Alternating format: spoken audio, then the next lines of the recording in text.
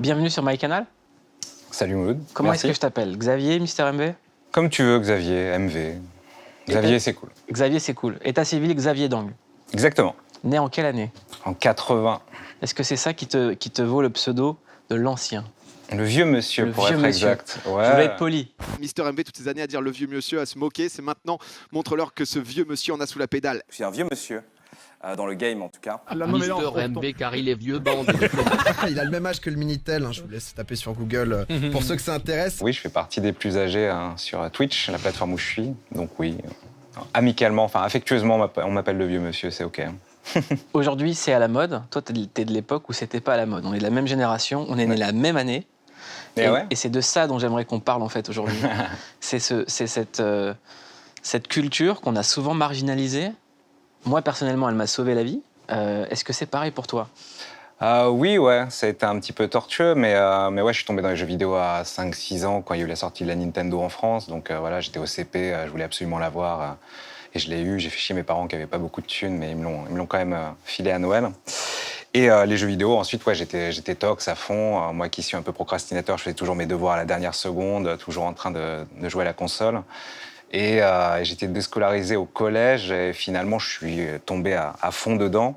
Et dans un coin de ma tête, je me disais qu'idéalement, je pourrais faire quelque chose de ce milieu-là un jour, que ce soit, je sais pas, développer, faire de la musique, vu que j'ai fait de la musique après.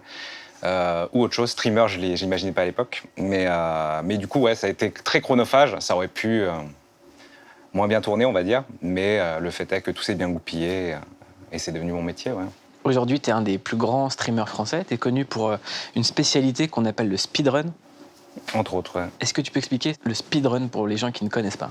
Ouais, alors le speedrun, bon, c'est quelque chose que je faisais surtout sur les premières années, mais ouais, je m'y suis intéressé récemment. Donc le speedrun, c'est juste la pratique de terminer un jeu vidéo choisi, ou des jeux vidéo si on en pratique plusieurs, le plus vite possible par tous les moyens, que ça soit de manière réglo ou justement en exploitant un maximum les bugs du jeu, tout ce que les développeurs n'ont pas prévu pour... Et ça mène à des absurdités telles que terminer un Zelda Ocarina of Time en 10-15 minutes, etc., etc. Explique-moi comment on fait. C'est très compliqué, on fait de la corruption de mémoire tout en jouant et on arrive plus ou moins à se téléporter du premier donjon au dernier donjon du jeu en faisant plein de choses qui tiennent à 1/60e de seconde. Enfin bref, c'est... Ah non, mais moi je veux comprendre. C'est truculent, quoi. Parce que Ocarina of Time, c'est un jeu qui a été important dans ma vie. J'y ai passé beaucoup de temps. C'est quoi de la corruption de mémoire? La corruption de mémoire, c'est tout simplement réussir via des actions très spécifiques et des mouvements très spécifiques à faire en sorte que le jeu charge un endroit du jeu qu'il n'est pas censé charger. Donc une séquence d'actions qui fait que le jeu charge la mauvaise séquence et on se retrouve à un endroit où on n'est pas censé être. Aujourd'hui, comment tu définirais l'étendue de tes spécialités? L'étendue de mes spécialités, je dirais la musique en premier.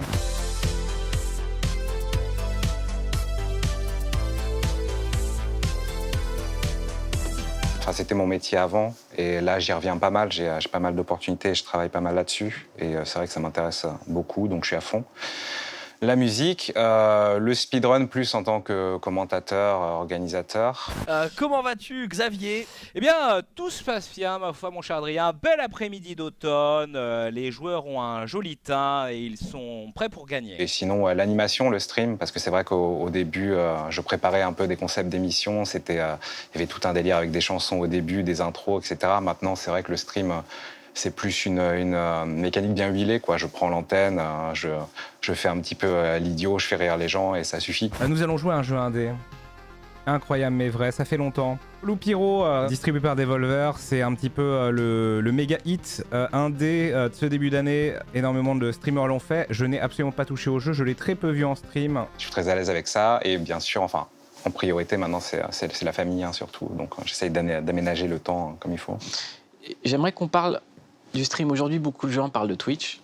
Beaucoup de gens parlent des politiques sur Twitch. Clément Viktorovitch va nous rejoindre dans un instant. Mais moi, il y a quelque chose qui me sidère et qui me fascine dans Twitch. Toi, par exemple, tu as travaillé pendant des années des concepts pour faire des émissions. C'était très, très, très préparé. Et ça cartonne quand finalement c'est très naturel. Parce que moi, j'ai l'impression que Twitch, c'est pas the place to be, c'est quelque chose qui remplace les radios libres, en fait. J'ai l'impression que c'est un endroit où les gens peuvent interagir, dire ce qu'ils veulent, et que le Twitcher a un impact que le YouTuber n'avait pas. C'est-à-dire que le YouTuber, c'était quand même très monté, très préparé également. Là, il y a quelque chose, on a l'impression d'avoir une compagnie, d'avoir un ami, d'avoir quelqu'un avec qui on passe le temps. Oui, c'est vrai. Twitch, ouais, le fait qu'il y ait... En fait, YouTube, tu consommes une vidéo, puis tu vas voir d'autres YouTubeurs, etc. Et bon, voilà, tu fais un peu ton planning ou tu procrastines devant. C'est vrai que Twitch est un rendez-vous quotidien, donc... Enfin, quasi quotidien, la plupart des streamers sont en live tous les jours, donc ouais, t'as un espèce... je dirais pas que c'est presque malsain, mais du coup, oui, t'as l'impression de connaître la personne, parce que si tu le vois, si tu le ou la vois 5-6 heures par jour, bah justement, t'as quand même une idée du personnage ou de la personne que tu vois beaucoup plus clair qu'avec une vidéo froide montée, etc. Donc, et beaucoup de gens, que ce soit au taf ou au lit, ouais, laissent ça en fond. C'est un fond audio pour certains, c'est vraiment une implication dans la communauté pour d'autres. Et oui, au début je bossais pas mal de concepts parce que c'était nouveau et il y avait très peu d'audience, donc c'était rigolo de bosser des trucs en full passion et d'essayer de capter les gens avec ça. Mais Twitch est devenu assez vite, finalement, et encore plus maintenant, une plateforme de personnalité. On va voir, entre guillemets, une personnalité, un caractère qui nous fait rire, avec lequel on se sent proche. Et les gens viennent plus au final pour cet aspect chaleureux et se retrouver en quelqu'un que des émissions archi taffées, sauf quand il y a des espèces de grosses réunions ou vraiment des concepts en salle ou avec des trucs sportifs comme j'ai fait hier. Là, j'ai fait 35 bornes de vélo hier. Quoi? Ouais, non, hier, il y avait Domingo, par exemple, qui organisait avec 8 streamers l'échappée, et c'était pendant 35 bornes avec des vélos sur home trainer, avec un simulateur de course en 3D, et donc pendant 35 bornes, on a pédalé comme des oufs. C'était marrant. J'ai plus de cul, c'est terrible. Oh là là, mais C'est la fin. On m'a filé un coussin un moment. Ouais, c'était bien. Et au bout d'un moment, je me suis dit, il tombait, il glissait, donc j'accepte la douleur anale. Ok. Et là, il y avait 200... Enfin, il y a eu un pic à 220 000 spectateurs, je crois, un truc du genre. Quand on est sur Twitch, il y a des règles pour pas se faire bannir. Est-ce qu'avec toutes ces règles et ces injonctions, on arrive à véhiculer une liberté d'expression? Oui, ouais, mais elle est... Évidemment, les choses ont beaucoup changé depuis 2011-12 où j'avais commencé. C'était un petit peu la foire, l'animalerie, surtout que c'était un site vraiment américain, donc le contenu français n'était pas vraiment régulé, quoi. Donc c'était un peu la folie, on disait ce qu'on voulait, et puis c'était l'époque qui faisait ça. Au fur et à mesure, des choses se sont mises en place, la plupart pour le bien, avec la société, les mœurs qui évoluent, etc. C'est bien de protéger certaines communautés, de véhiculer des messages positifs. Ensuite, il y a les soucis qui interviennent dans tout ce qui devient populaire, c'est-à-dire que la modération, elle reste quand même propriétaire du site, donc on va dire qu'il y a des modérations à plusieurs niveaux. Des fois, ça peut être considéré injuste par certains. Puis il y a l'arrivée des ayants droit, c'est quelque chose... À l'époque du début d'Internet, on faisait n'importe quoi. Enfin, tout le monde a connu l'époque de la piraterie, etc. Maintenant, il y a les DMCA. On peut plus mettre la musique qu'on veut. On peut plus faire un stream de League of Legends pendant 8 heures en se mettant sa meilleure playlist de rap. Ça, c'est fini. Donc voilà, il faut juste être vigilant. Donc c'est vrai que ça crée un autre format, et le fait qu'il y ait des modèles de réussite professionnelle maintenant sur Twitch, ça donne une idée un peu biaisée qu'il faut faire ça pour réussir, alors qu'en vrai, ça reste un gros hobby de branleur à la base, quoi. C'est ça. On est d'accord. Est-ce que ça va créer une génération avec une expression totalement nouvelle, ou une génération à l'expression contrôlée?